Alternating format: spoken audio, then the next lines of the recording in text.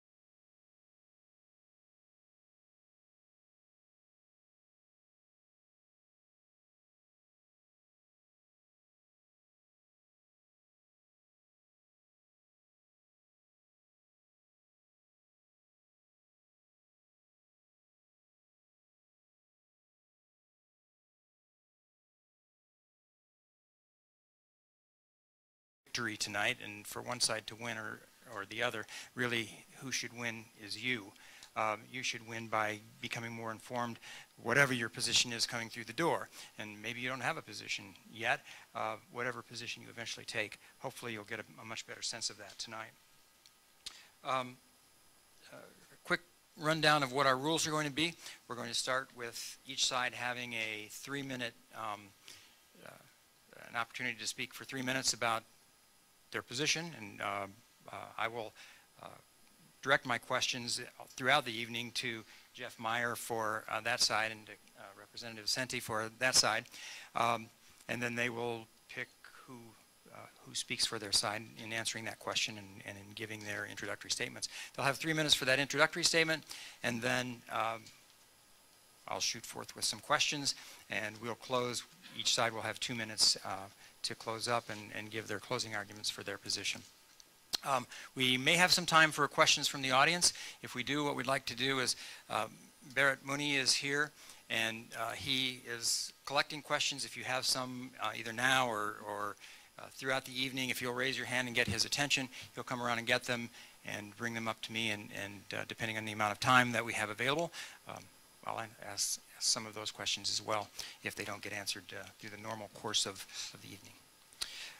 With that out of the way, let me introduce all of the panelists so you know who is speaking.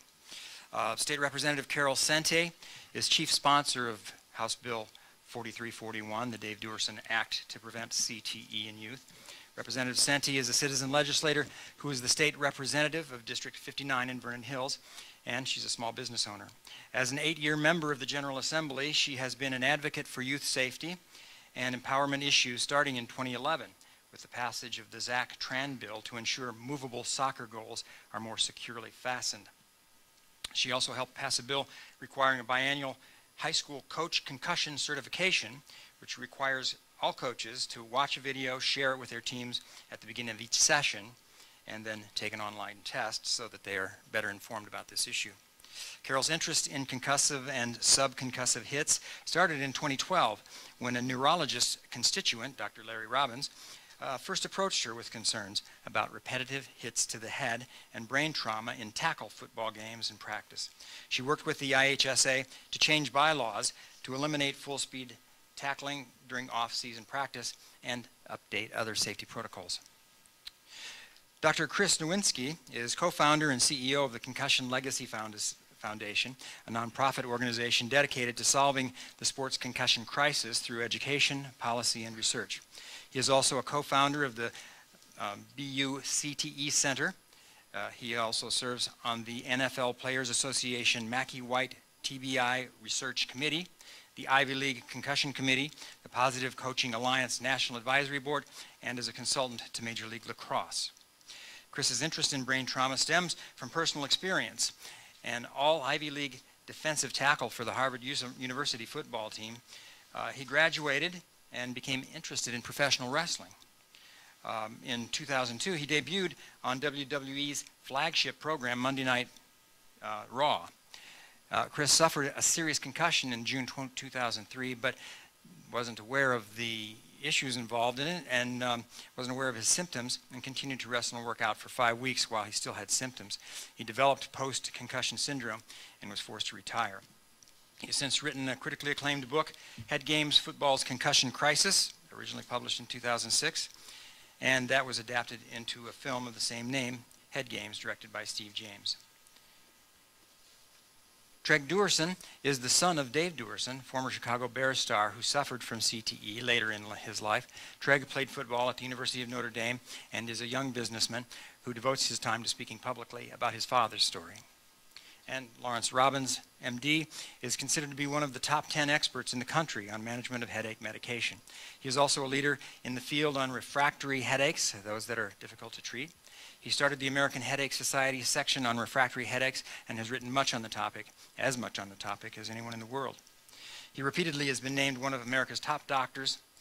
He has written more than 300 articles in abstract, published 3 print books, including Advanced Headache Therapy, Outpatient Strategies, Headache Help, and Management of Headaches and Headache Medications. Then, those opposing the bill include Dr. Gerard, Jerry Gioia. Dr. Gioia is chief of the Division of Pediatric Neuropsychology and Children's National Health System, and he's professor for departments of pediatrics and psychiatry and behavioral medicine at George Washington's School of Medicine, as well as a founder and director of the Safe Concussion Outcome Recovery and Education Program. For background, he's a clinician and he treats children as young as 4 years old through young adults, conducting research in the field of concussion in children and adolescents with numerous published articles and chapters in the field of youth concussion. He's directed 2 research programs within the hospital. He also directs a national research consortium dedicated to understanding brain injuries in children. Nicole Reams, MD, is Associate Director of the Sports Concussion Program at North Shore University Health Systems. She's a board-certified neurologist and one of the country's few fellowship-trained sports neurologists. She completed a residency in neurology at the University of Michigan, followed by a fellowship with specialty training in concussion and neurologic diseases in athletes. During that time, she served as team physician for Eastern Michigan University. Following graduation, she joined North Shore and serves in many additional roles, including as the medical chair for the United States Intercollegiate Boxing Association, where she also serves as a ringside physician. Geoff Nicoll is the president of the Bill George Youth Football League and its 19 town programs. The league consists of over 3,000 players in and around DuPage County. Geoff is married to Peggy and father of 4. His TJ, Maggie, Charlie, and Jack. Geoff takes great pride in coaching his kids in most of the sports they have interest in. At the youth levels, Geoff has over 12 years of head and assistant coaching experience in football, baseball, basketball, and soccer. His football coaching experience includes both flag and tackle, ranging from kindergarten through 8th grade, spans all divisions of competition. While coaching at the youth levels, Geoff spent 4 years on a town board as a league representative, and the last 4 years as the Gold Director of the League's Executive Board. Finally, Geoff Meyer, who is the leader of that team, is president and co-founder of the Chicagoland Youth Football League. He's one of the original founders of the league, which was started in December of 1998. For the inaugural year, he was vice president, followed by becoming president in December of 1999, a position he's been reelected to every year up to today. With that, would you please give a hand to this very distinguished panel on both sides?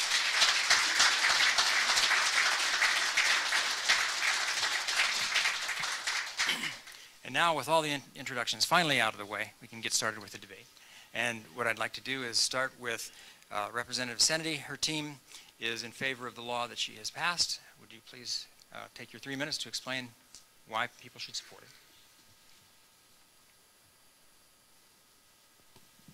Thank you. And thank you, everyone, for being here. Thank you, Representative Senti, for organizing this, and for all the coaches across Illinois. I never expected events in my life would lead me to being on this stage here tonight. My life growing up was football. I followed in my father's footsteps and earned a scholarship to play defensive back at the University of Notre Dame. Football was good to my family until it was not. The effects of the game dramatically changed my father and my family's life. My father went from a Notre Dame and Harvard-educated businessman to a shadow of himself. At the end of his life, he suffered from slurred speech, trouble with spelling, blurred vision, short-term memory issues, as well as an inability to control his own temperament. Frustrated and depressed by his debilitating mental capacity, he chose to take his own life in 2011 by shooting himself in the chest to preserve his brain for study. My father's death and diagnosis of CTE is the reason I support not having children play the adult version of football until the age of 12. Many would say he's the canary in the coal mine who should change our minds in youth tackle football. Except he's not, because he's one of hundreds that have now had their lives destroyed by this disease. We all grew up knowing boxing caused punch drunk, and we should have known better that we'd find CTE in football players, ice hockey players, soccer players, and so many other sports. Hindsight is 20/20. But now that we do know football players are dying from this, we need to reassess the game. We've made some changes, but there is no guarantee they will prevent CTE. In fact, the data would say they won't. Taking better care of the handful of concussions we diagnose and reducing hits by at best 1/3 is still going to leave a lot of football players with CTE. The most appropriate change is to change the rules to remove repetitive, preventable brain trauma from the game. Ice hockey and soccer heeded this wisdom. We don't body check in hockey, and we don't head soccer balls with kids anymore. We shouldn't put helmets on them and let them tackle when their brain's at their most vulnerable stage. If we are wrong, there is almost no downside to parents and to players. They still get to play flag football and then enjoy high school football after puberty, which is plenty of time to learn the lessons of the game. But if we are right, this simple, logical change might prevent most CTE cases in football and make it so every child who is successful and goes on to play college or NFL football doesn't have a high risk of going down the same path as my father and dying due to CTE. Even if this law is not passed, I urge all fathers and mothers out there to make the right choice with your child. You can prevent them from ending up like my father, and you can prevent them from not only living in pain, but inflicting pain upon their future family just by making one simple change. Thank you. Thank you. Thank you. And now, Geoff, 3 minutes. Well, thank you for the invitation to be here and to take part in this conversation, which I think is an important one. Clearly, Tregg, when I listen to you and I hear about your father, and I know the work that our colleagues in Boston have done, we know that CTE is real. We know it is extremely serious, dangerous. We also know that it needs to be eliminated and prevented. The problem right now is that we're not sure how to do that. We're making some assumptions based on some early information that is not yet ready for a policy direction. Having said that, as a clinician, as a researcher, as a public health advocate, I couldn't be more in favor of us ensuring that this game is as safe as possible. We may need to have some further discussion down the road about the appropriate ages that we introduce various aspects of not only football but other sports as well. But we need to do that with some good information, and we need to do that in a way that really allows us to know that we are understanding the causes that we're trying to prevent of injury, but that we're also taking into account all of the consequences of those actions, both intended and unintended. I think the things that we are going to talk about tonight are very important, and I do think that there is some literature that is emerging, but we also need to understand that there is another side to the research as well that tells us that the larger, more epidemiologic studies, the ones that really we can relate to the general population, are not quite as clear-cut in saying that CTE is tied to youth football. Again, don't misunderstand myself, Geoff, and I'm sure everybody that I'm sitting with here. We want this game to be played safely. We want kids to have fun. We want them to develop good competitive skills.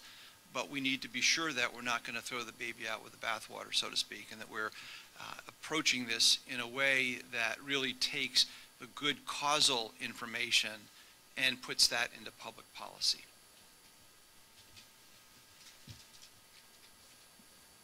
Okay, thank you very much. First question that I have, the science is a good introduction to that. Both sides, I think, have scientific arguments that they want to put forth. And so, Representative Senti, I would like your side to start by saying, what is the science that you look to when you see that this law should be passed?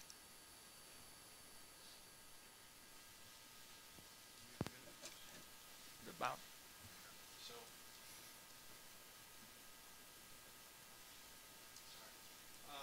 So I'd love to answer that.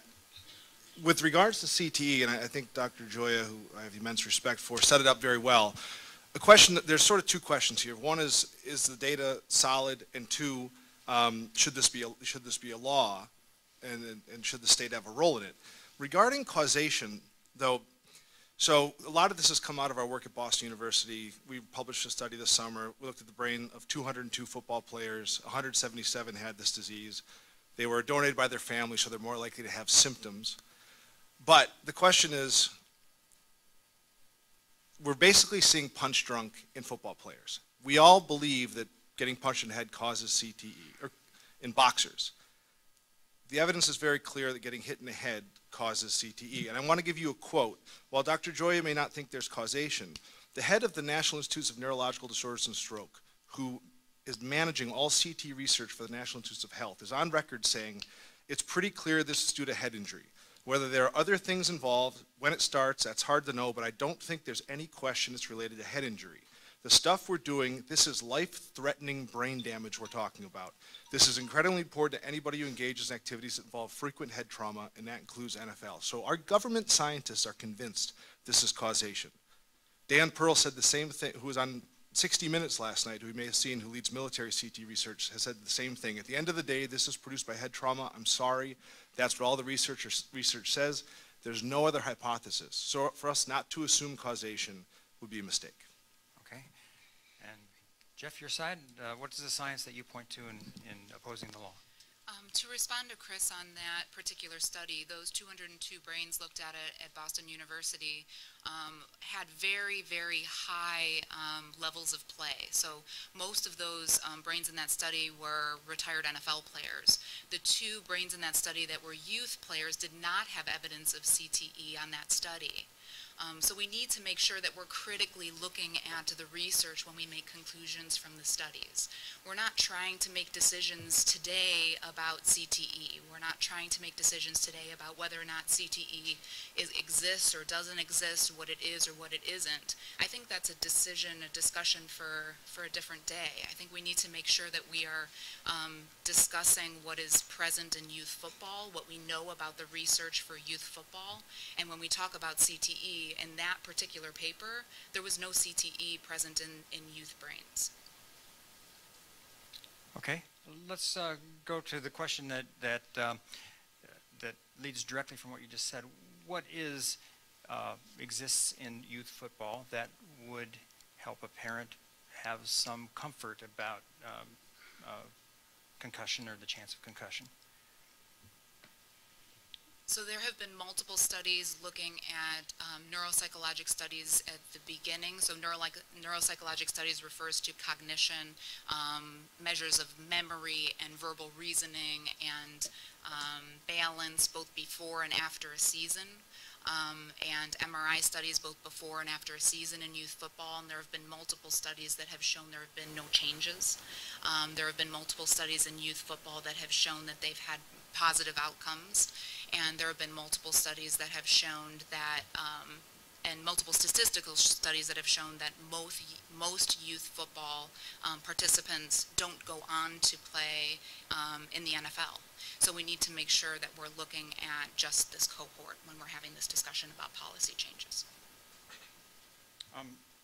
Representative Seni, what about your bill, why is the efforts that are taken in youth football not adequate? Yeah, I'd like to just talk about one very relevant, or a couple studies that point to that. Dr. Chris Whitlow looked at 8 to 13-year-old football players over a couple seasons, and it was a large, huge NIH study where they wired up the kids and then did very sensitive neuroimaging at the end of the season. And the bottom line, there have been other studies like this that showed similar things, that one season of youth football may negatively affect and change the brain. It did change the brain in a number of the kids. So what does this mean? For some kids, say Johnny, he's going to be fine. Another kid, Sam, may end up seeing somebody like myself for headaches and depression. But what I'm also concerned about is 60 years on, long after Friday night lights have faded and the excitement is over and the parents and coaches and all of us are long gone, that 60-year-old kid who played is going to be suffering. Some of them are going to suffer from chronic neurologic illnesses, MS, dementia, Parkinson's, and the like. And it's impossible to know if it's going to be your kid or not. Okay, let me ask you this question, Representative Seni. Why do we need a law? Why does this? Why is there not other alternatives for addressing these concerns? Thank you. There are several alternatives for this. We could do it via law, and an organization can handle it, and of course parents can make that decision. So this is tough because we do have many people saying and reaching out to me, this is my decision, I believe this is my choice. And what I want to say back to those parents is, I hear you and I do understand your argument. Primarily, parents should be making the decision for children's futures and their safety. I think for me, the caveat when government should step in is when there is a considerable safety risk to the children and when parents maybe don't typically have as much access to all the information that we have. And so government decided at what age children should sit in car seats. They decided until what age they should drink alcohol. They regulate the level of lead paint exposure in children, just to name a few. So frankly, I'd prefer an unbiased national sporting organization like the U.S. the U.S. Soccer Federation that would come in with such a ruling. Much of the reason why I worked with the IHSA on the high school football with Geoff, and we worked on that together because I prefer it happen that way. But if it isn't, and we have we have this research, I think government is compelled to do something about it. Okay. Geoff, your side, why is what's wrong with having a law that protects kids, or that is aimed to protect kids in this way? Well, there's nothing wrong with actually setting a law that's going to protect kids, and I've been very actively involved in the passing of the Lystet law throughout the country, in not only the 3 states that I work with, but more broadly. So I do think that bringing better safety through laws is perfectly acceptable. I do think, though, that, again, in this case, we've got to look at what that policy would be based on. Let me also make a statement that Chris Whitlow's study, I'm actually the principal investigator, one of the principal investigators on that study, and we studied the pre- and post-season functioning, cognitive functioning, behavioral functioning of those over 200 kids, and we did not see any changes in their functional status from the beginning of the season to the end of the season. We weren't sure what to make of the brain findings to know whether those are abnormal, whether those are actually part of normal development, or what that was. But you know, in medicine, we like clinical correlation, and in this case, there was no clinical correlation with those findings. So.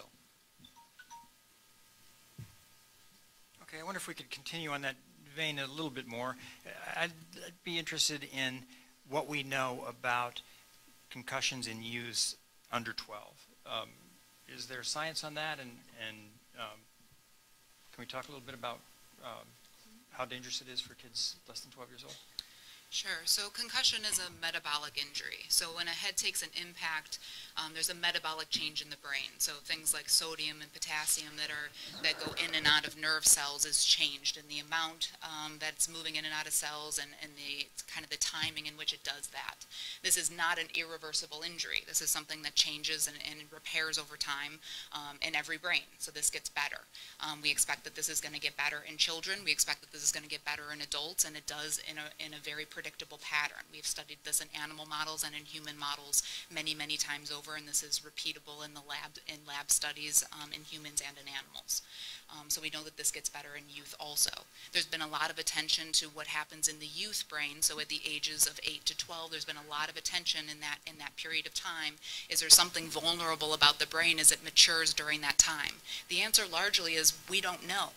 And so the answer on this side of the panel isn't everyone should play football and we know for sure that it's safe. The answer here is we don't know yet, and the answers are not that clear, and the science is not that certain, and we're learning a lot more every single day, and we want to make sure that we're making the best choices for the kids, and giving the best advice to the parents and to the doctors who are helping to educate your children, and without all of that information right now, I think we're at a total loss. So that 8 to 12 year period where there might be more brain maturation, we don't honestly know the answer, whether or not that's a vulnerable period.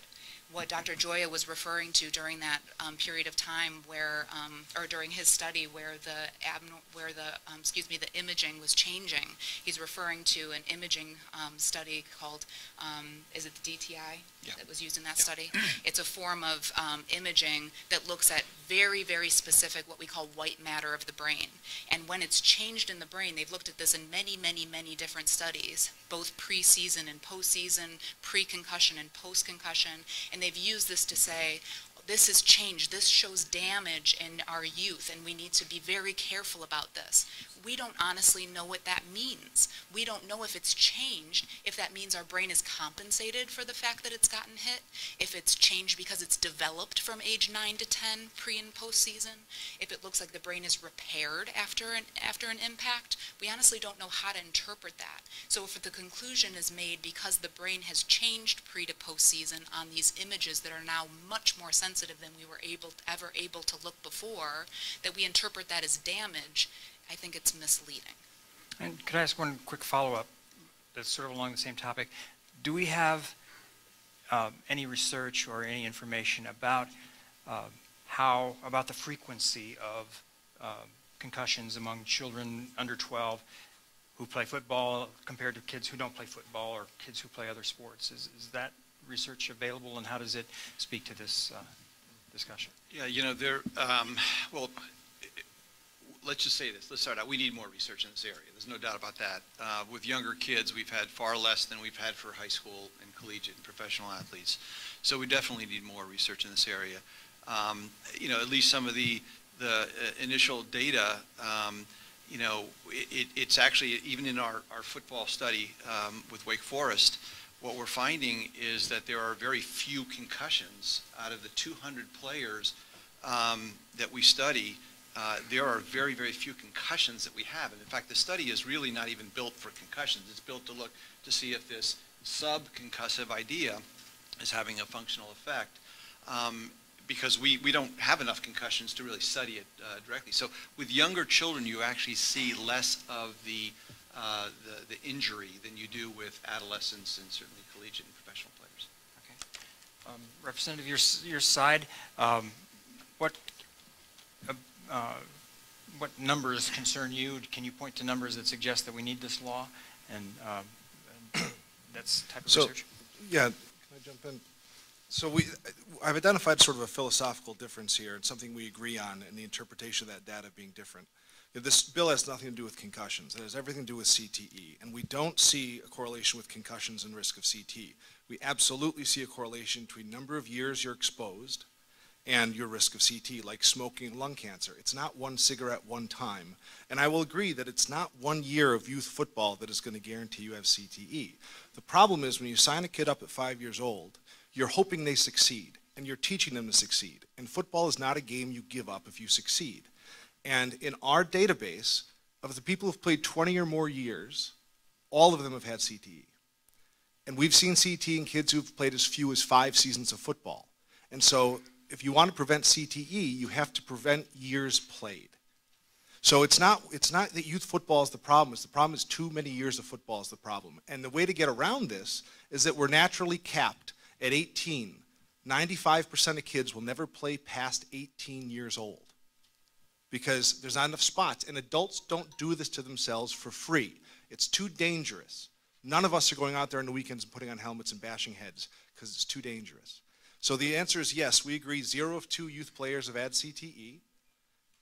And it's not 1 year that's going to give you this. But if you start too young and you're successful, your risk goes really bad. And that's a philosophical question. Is it fair to say, play this game, I hope you succeed, but if you succeed, you might end up like Tregg's father because you play too long. Let me ask this. Excuse me, I hope that we will not have any outbursts from the audience. We have time for questions. And sir, it took me 10 years to get to this spot. Please. Sure. I want to caution the audience. The purpose is for us to have a discussion here. There's an opportunity for people to ask questions later, but we're not going to allow outbursts from the audience. If you have something you want to say to someone here afterwards, they'll be here. You can come and talk to them afterwards. But for the purposes of this program, we're going to keep it under control. If you have something to say, wait until the right time. If you can't, then we're going to ask you to leave. Okay? Now.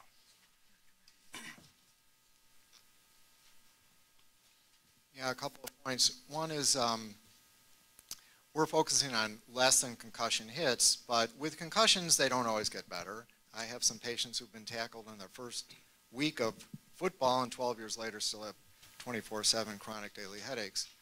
But back to this very important study that Dr. Gioia was part of that showed that the more hits that the 8 to 13-year-olds got over the season, the decrease in the DTI, and I've published on DTI, the decrease in what we call the FA, the more brain damage, the more hits they got, the kids ended the season with damage or changes in their brain. Now, does Humpty Dumpty always go back together? Sometimes it does, and some of these kids, most of the kids will be fine.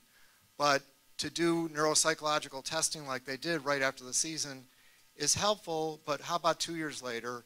How about in college? And how about at age 60? How much does that set them up for problems? Okay, let me go back to this side. I'd like to ask this question. A big part of this issue is personal choice. I think, Geoff, you talked about that in the beginning, the choice that parents make in deciding whether their kids can play or should play. But if there's no law, and all the parents whose kids start playing at the age of 7 advance to the age of 12 beyond where someone who said, geez, I'm uneasy about having my kid play until he's a teenager, are those parents going to be behind, and will that effectively not force everybody to start playing early anyway? Can you refer to that? So, I can't give you the medical side of this, obviously, but one of the reasons I'm here is for an education purpose, right? And that education purpose, I can't give you all the data that they can from a medical standpoint, but I can give you actual real-world case studies. I'm a father of 4. 3 of my sons have played football. My oldest, I came in not knowing what I was getting into, a little hesitant. I started him a little later, okay? I started him a little later. I literally was there all the time, so every day, every practice, I was there helping with technique, helping kids learn how to play football correctly, learning more on top of the safety aspect of it, okay? My second son, I literally started as soon as I could because I realized as long as you teach them correctly, understanding the safety aspect of what we do and how we do it, you're teaching them how to be safe at the sport. You're not just throwing them to the wolves. The point I'm trying to make is my third, I started early, and it's been an incredible experience.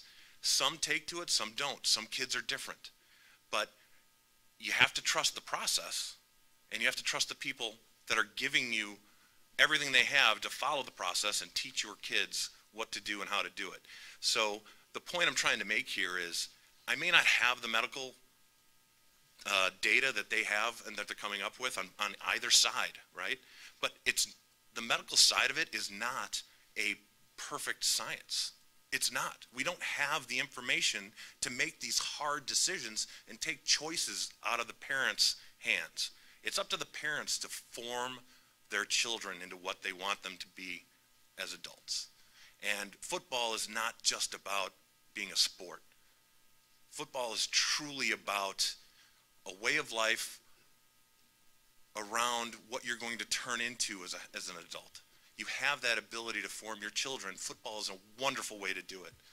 There are other case studies out there that show that football does matter. Tackle football is a way of doing things, and as long as we do it safely and there's continuous improvement, it still should be a parent's choice. Okay. Let me ask this, please, no responses.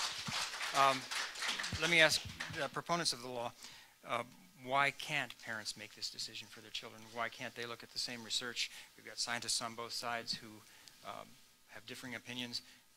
Why should the law make that decision?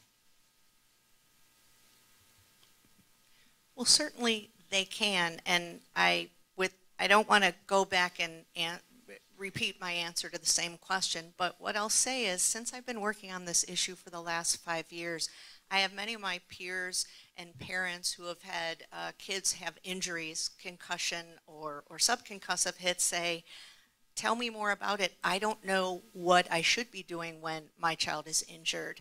One of my peers said, my child had a concussion, and it wasn't from football. I'm not even sure or clear of the protocol. I brought my son to a doctor. That doctor didn't happen to specialize, and I mean, I've just done a lot of reading on this and gave some examples of what they should do. So concussions has been out there in the media a little bit longer, but our bill is dealing with subconcussive hits. I would argue that even more parents probably know less about subconcussive hits because your child is not coming home saying, I hurt today. I really got tackled badly. I went down. I'm having some injury, and I see it. I have some of the things that were mentioned earlier.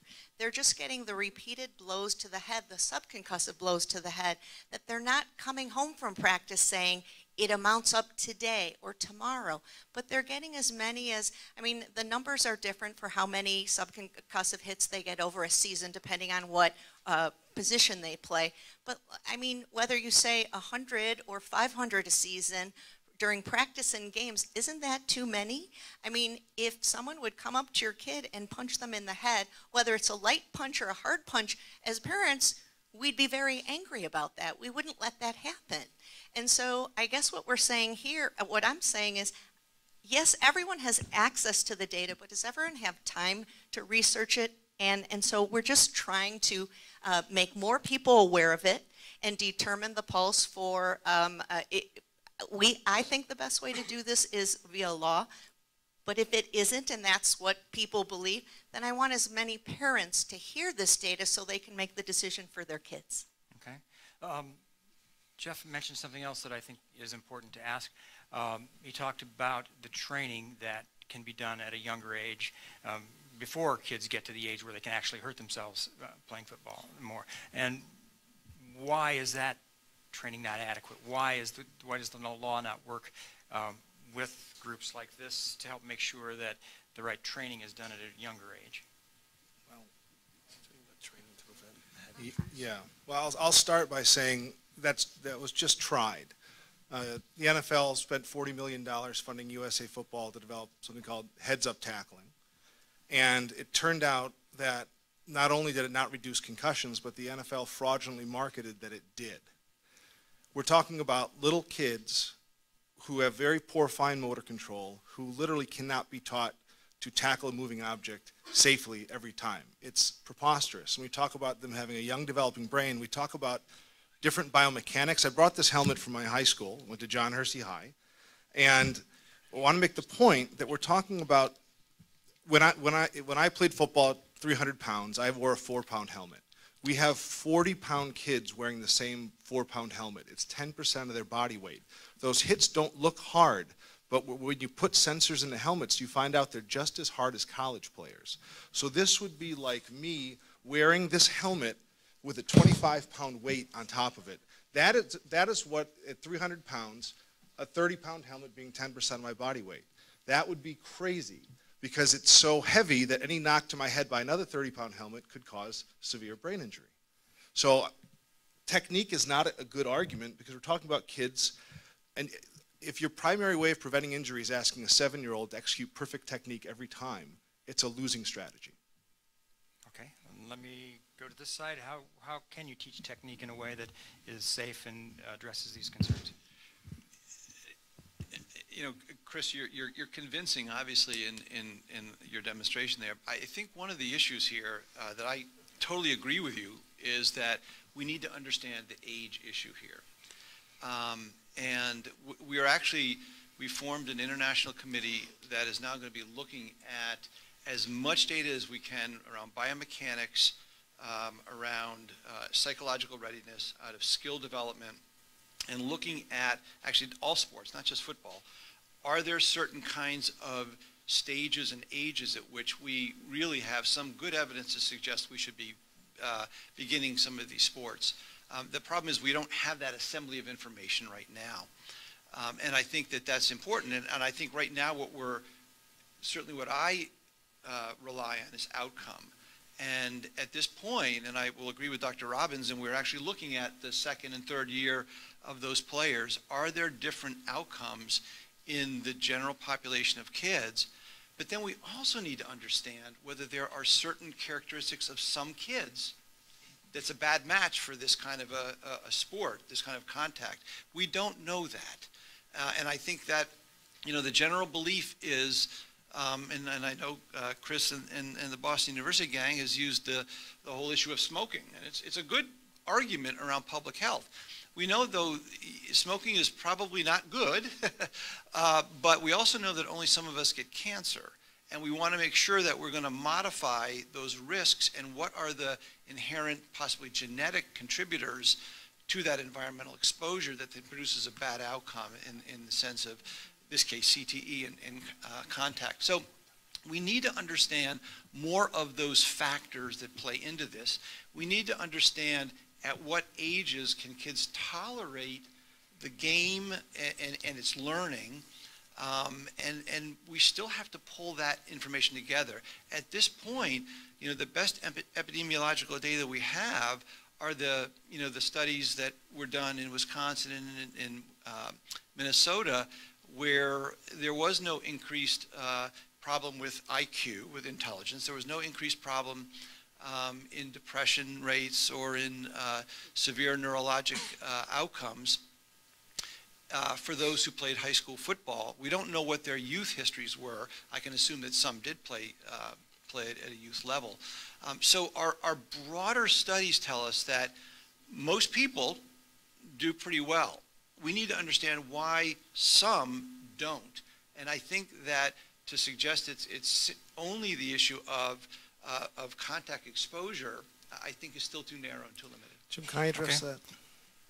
Yes. Yeah, two points. And now we're getting to the good stuff. And Jerry, that's a great argument. I would argue that the Wisconsin and Minnesota studies showed that the world we'd create with this bill would be the same one in those studies. Those studies took place mostly before any youth tackle football existed. And virtually nobody was playing before 12 in the 1950s and the 1960s when those people were playing high school football, while they were part of that study. So I think, I would argue if we capped it, so most people only played 4 to 6 years of football, we would have very, very low rates of long-term problems. So I agree with you, but I think that study supports not starting at 5 years old. And then the genetic question in smoking, when we talk about, I completely agree that not everybody gets lung cancer, not everybody will get CTE. But when we talk about it from a public health and prevention side, we know, do you guys know that there are genes that will prevent you from getting cancer and smoking when you smoke? No, because we don't talk about that. We never tell people, go to the doctor, see what your genes are, and your genes will protect you from smoking, so you should go smoke. It's okay for you and you shouldn't. That has no role in public health if the gene is not 100% protective.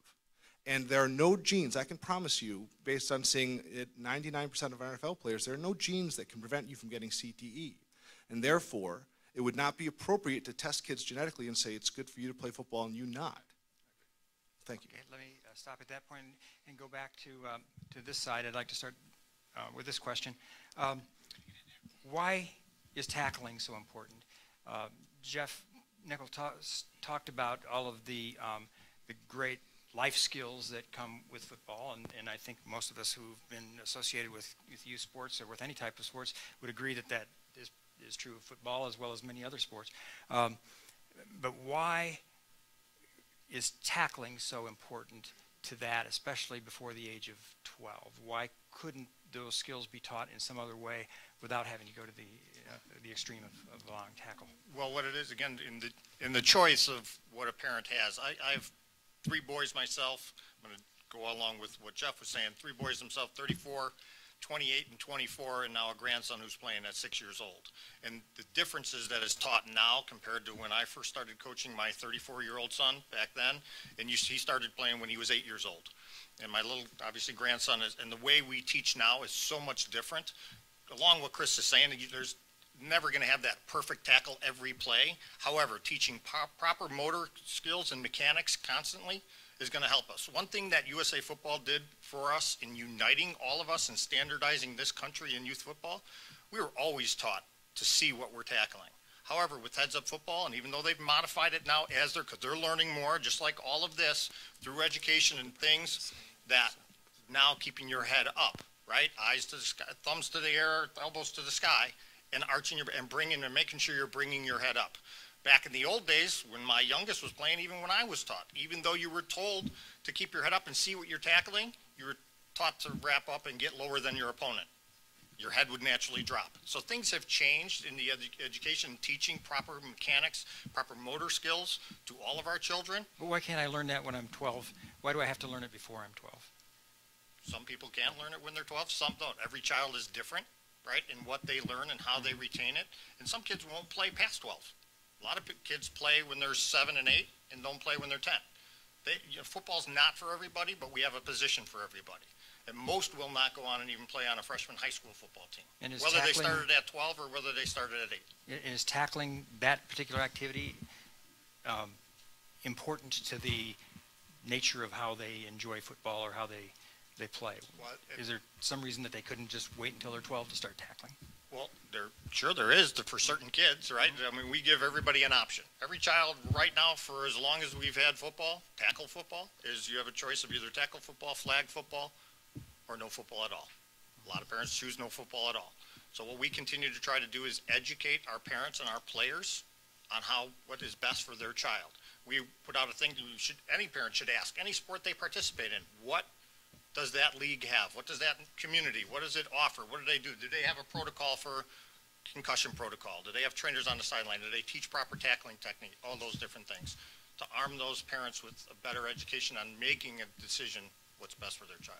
Okay. Representative Senni, do you have a response to those?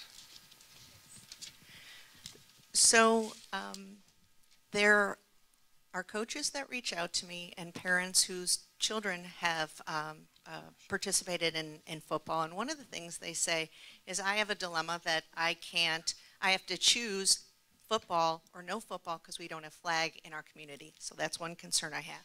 Second, I do have coaches who reach out to me and say, this is a skill.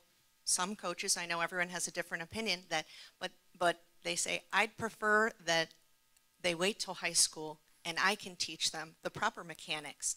I'd rather they learn some of the basics of the game and they are proficient in those areas, and then they come to me at high school or before high school and I can really teach them how to tackle properly.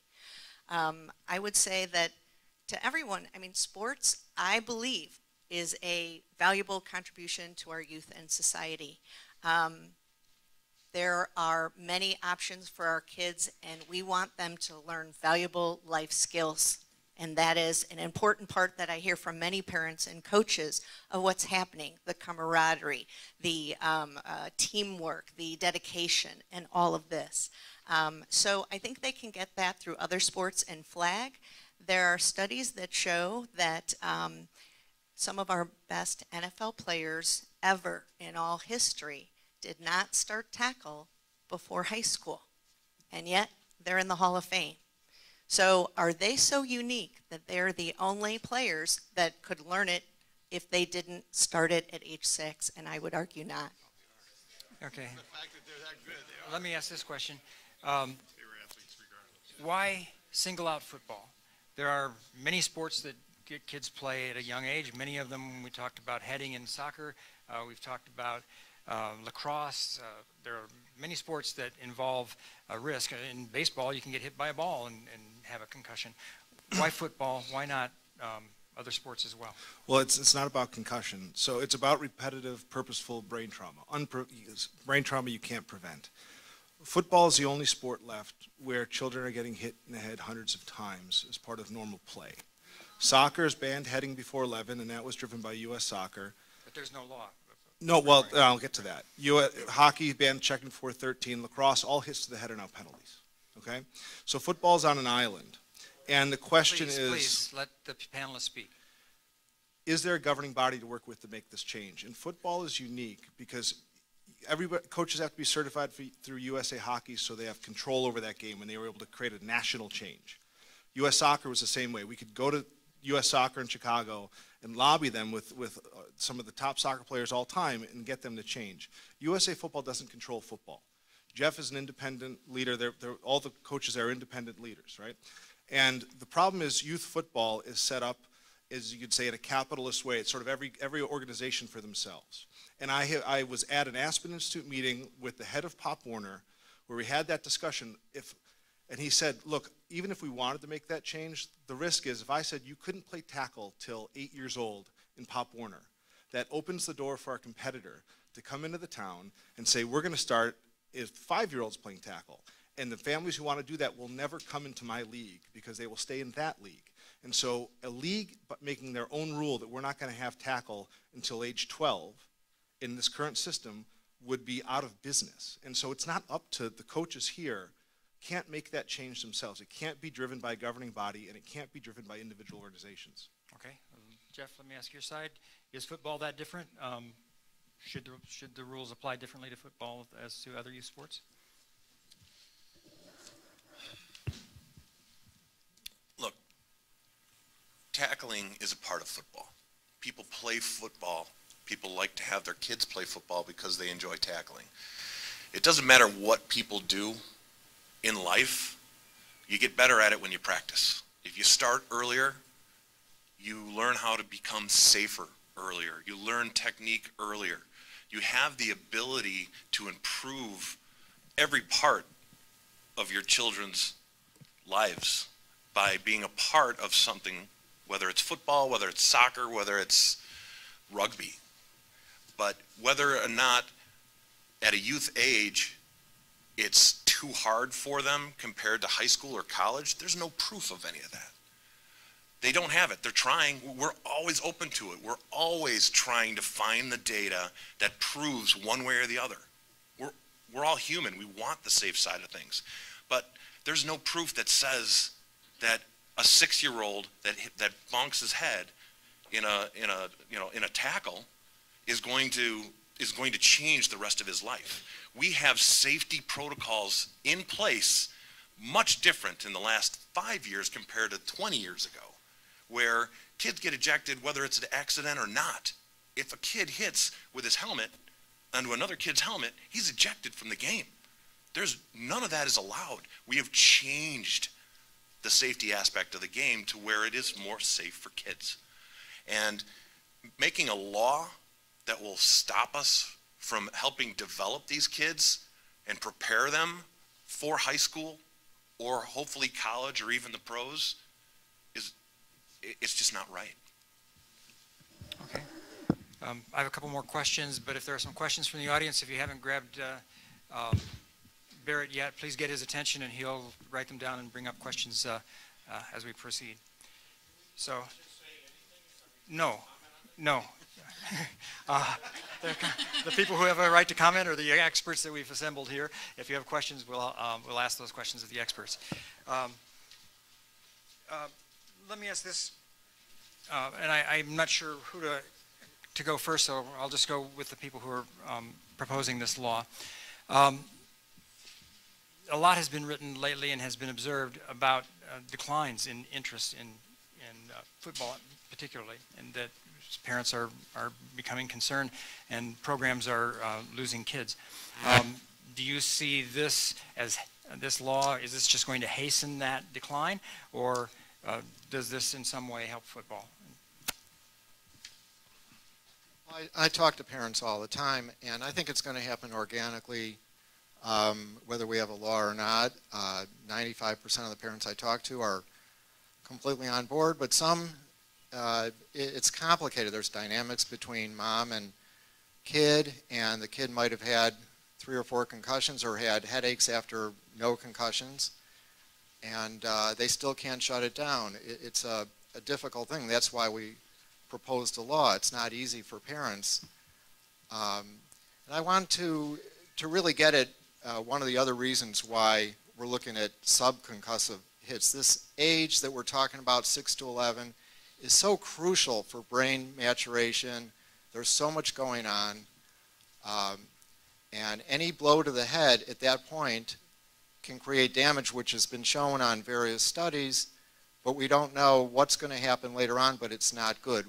Do we want studies that show what happens in 10 and 20 years? Absolutely, but can we wait around for it? We just don't have that luxury. We can almost predict who's going to have problems. If you look at genetics, if there's a family history of headaches and depression, if you look at environment, if there's abuse in the home, there's an increased risk for traumatic brain injury and problems. If you look at the stage that they're hit in, one 10-year-old who's hit in the head is not going to have problems like another 10-year-old because they're in a different stage of their brain development. But also we could do an MRI of everybody before the season and see where their brain sits and see if they're at risk for more injuries from a brain injury. But we can't do that practically. So I think that we have to take practical measures. Okay, and response from this side about the same question. I'll take some of that. So obviously almost all sports, youth sports, have seeing fewer kids participating now. You know, school enrollment is down throughout our communities up here, up north. I'm sure the same applies in southern Illinois and stuff like that. Sports specialization has become a big thing as well into the youth market. And of course, we do have a little bit of a lazier society with our kids. We want to get them out, get them more active, have them doing more things, and we want to offer them a lot of different avenues in order to do that. You know, football is one of the only sports out there that addresses one of the other concerns that we talk about with children's health, and that's childhood obesity. Football is a game that most bigger children are able to participate in, no matter what age they are. And that's what we look at too, is, you know, a lot of guys will talk about bigger, stronger, faster in the sport.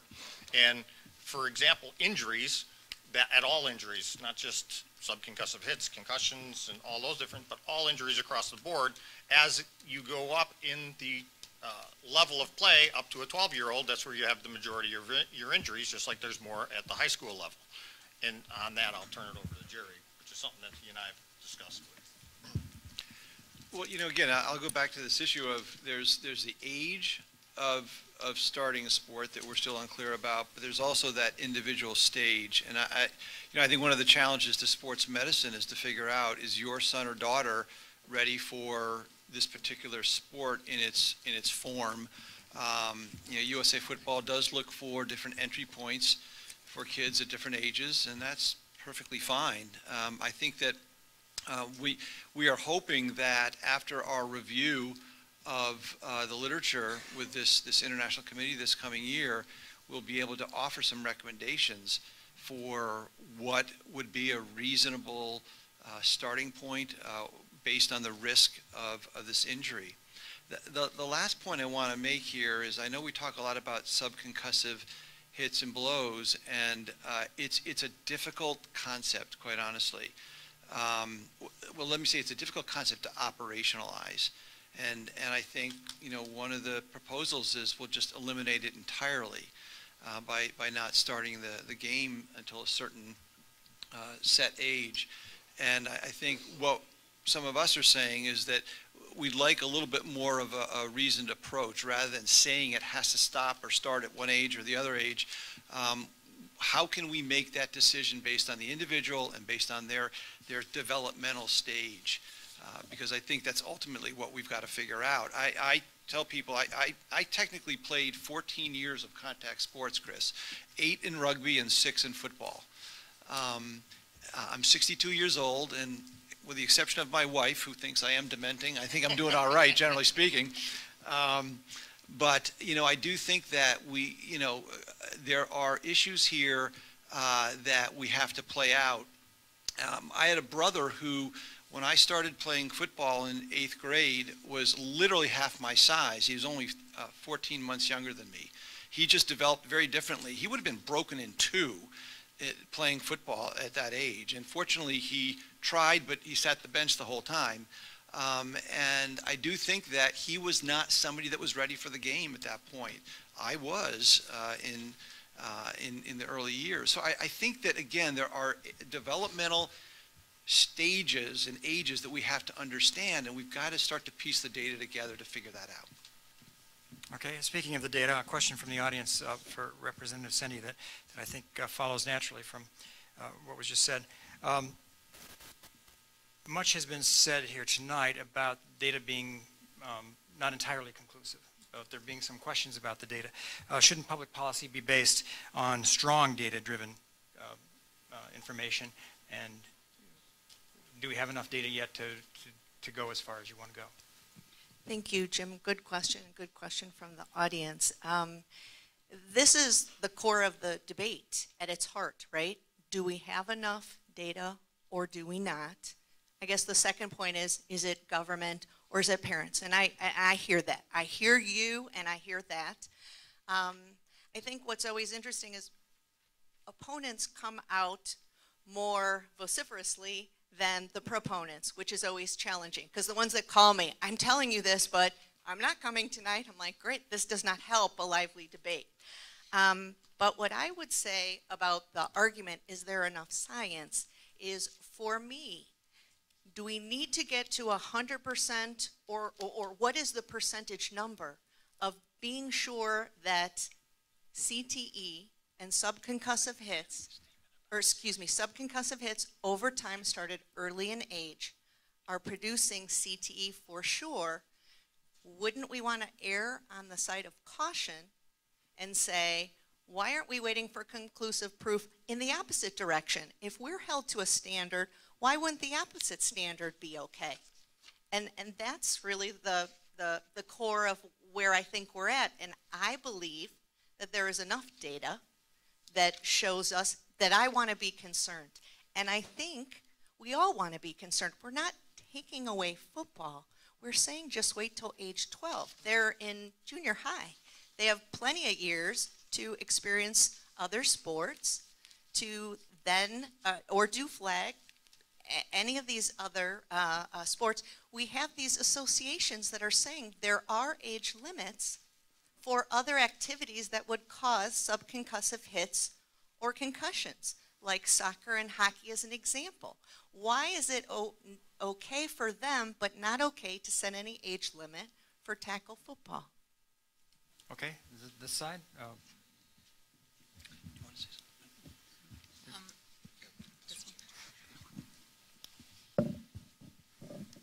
I think the proponents and the opponents, so to say, just see the research a little bit differently.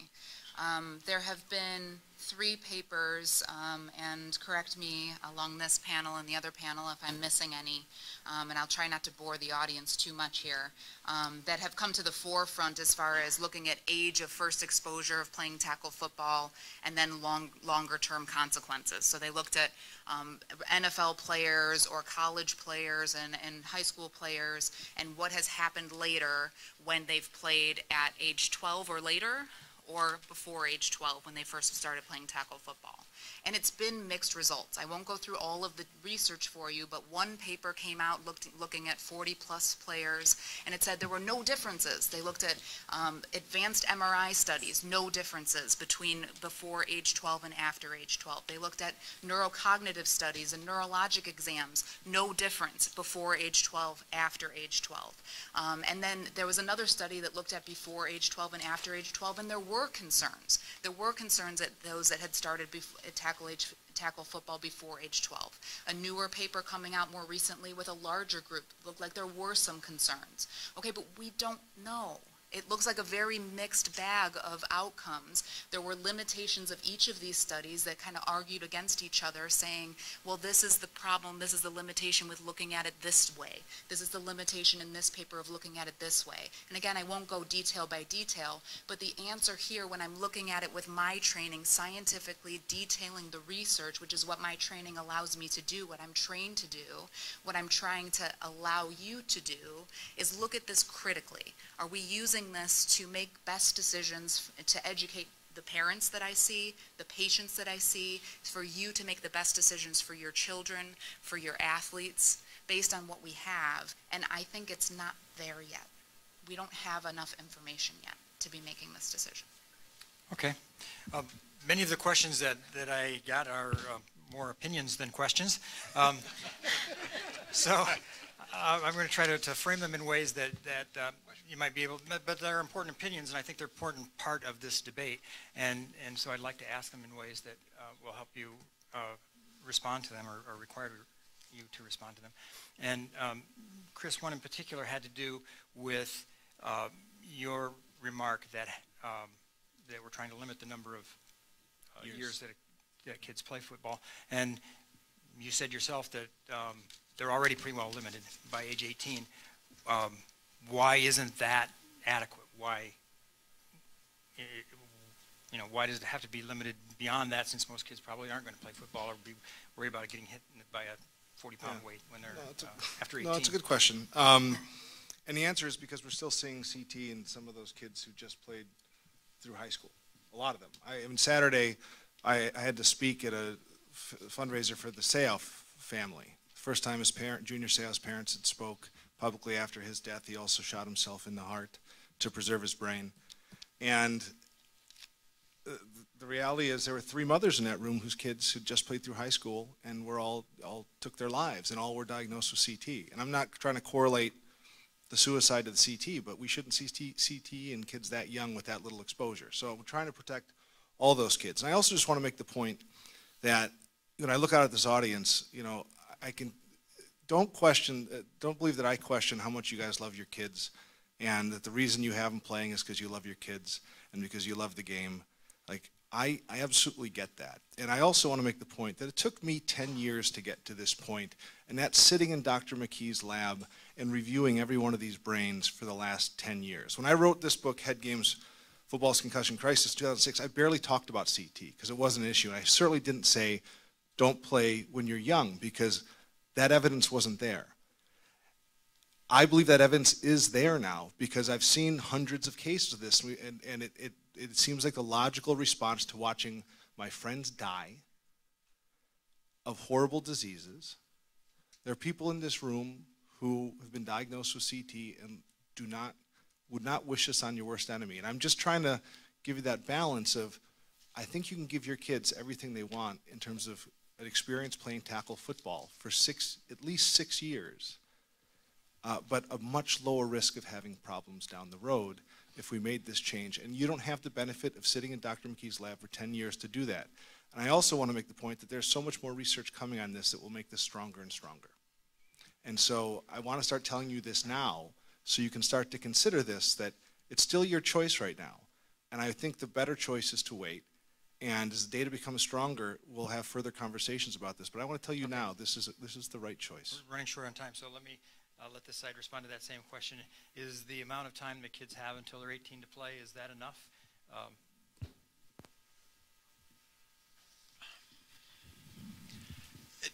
You know, it's a confusing question, quite honestly, because I think, you know, we don't know if starting at age 8 or 9 and going until 12 are the years that are actually adding to the problem, or whether starting at 12 is going to add to the problem. And let me just say that the age 12, and Chris knows this, is based on a couple of studies that were done with BU, at BU, where it was a retrospective study. So when we think about science, we think about how the findings of a study apply to the general population that you might apply a policy to. This was a select group of individuals that came for this study, and then retrospectively, in other words, they went back into their history and said, I started before 12 or after 12.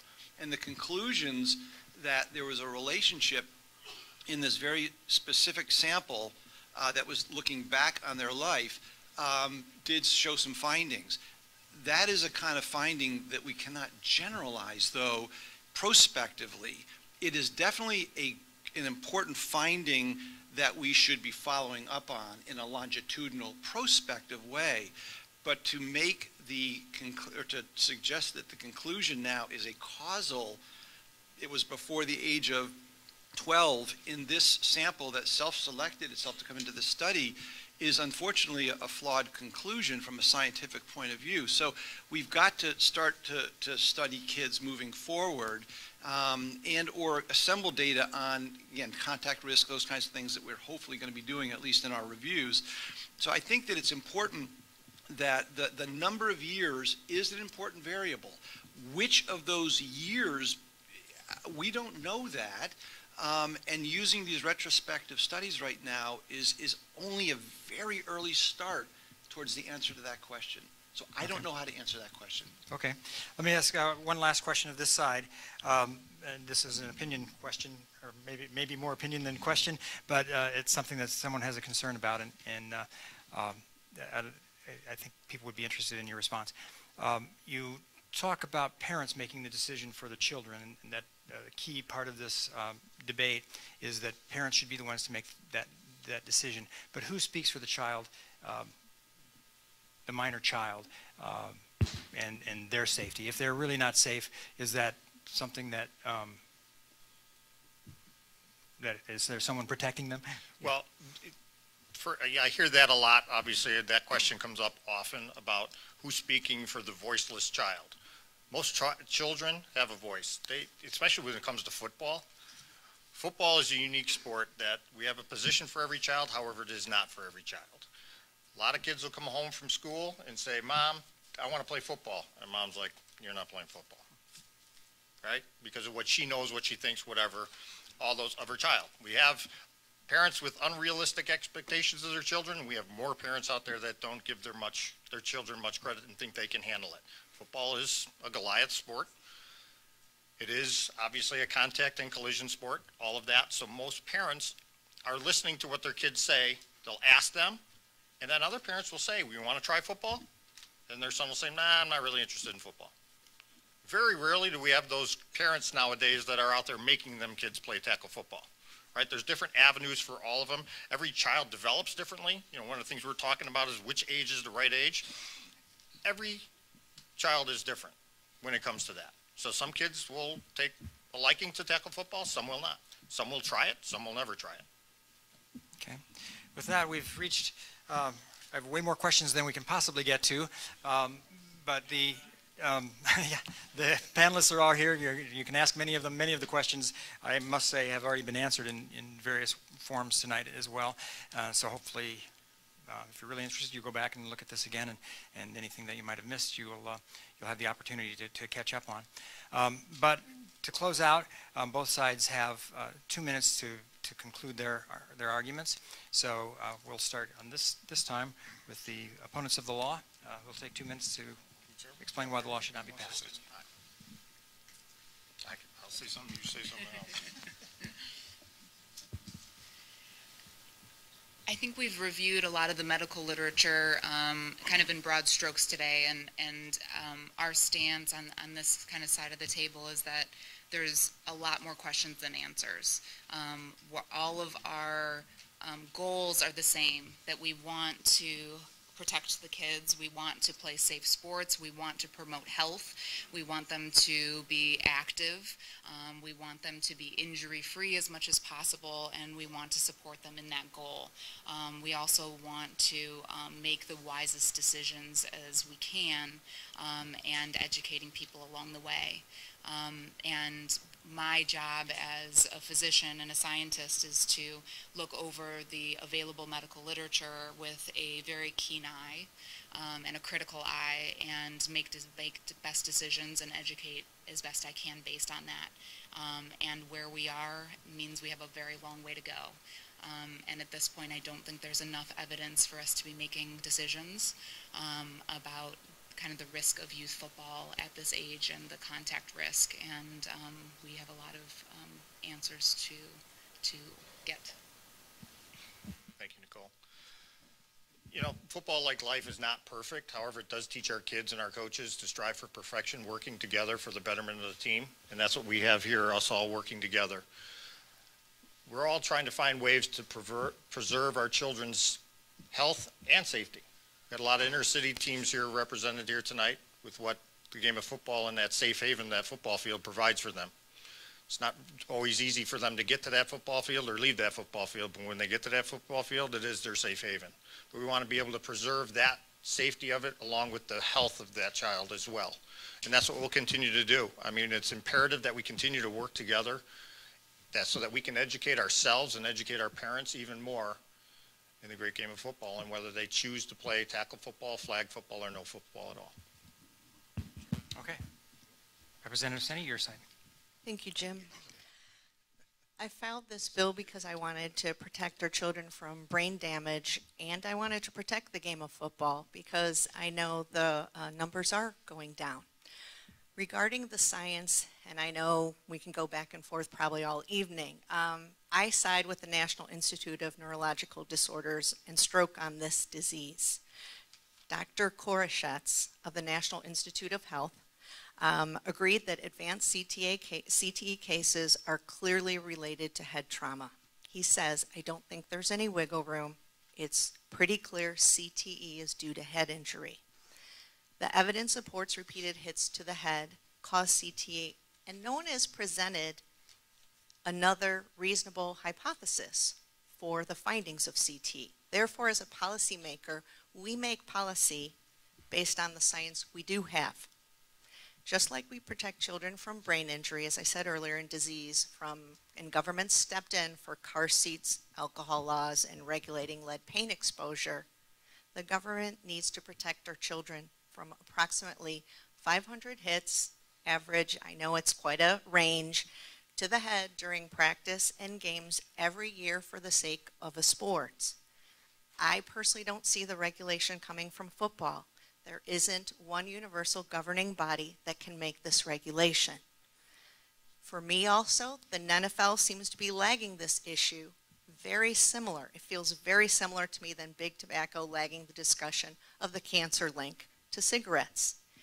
If there was one statement that I hope you remember from this evening, most important from my standpoint, is I do strongly believe that every parent had the time to invest to truly understand the science. I think you will come to the same conclusion, that it's not right to give CTE to our kids. Some suggest that we need to wait. We don't have enough conclusive data or evidence to ban tackle only before age 12. I still am asking you, why would we not err on the side of caution? Why would we not wait for 100% proof that repetitive hits to the head do not cause CTE? Why is it okay on one side and not the other? I do thank you for coming. I appreciate it very much. I read all your emails. I read all the Facebook pages. I've met with coaches since I started this 5 years ago. In fact, 5 years ago when I started the concussion bill, I had a forum very similar to this. We didn't have the benefit of you moderating it, Jim. And I do listen. And I do know what USA football is, and I do know the changes. I think we're working towards protecting our kids, and I commend us all for doing that together. Thank you. I'll have to stop you there. Please give an applause to all of the people on both sides. Hopefully, whatever opinion you came in the door with, it's either stronger or challenged, or in some way you're better for having come tonight. We certainly appreciate you coming and your great attention. And now we can go watch the NCAA championship game. Thank you.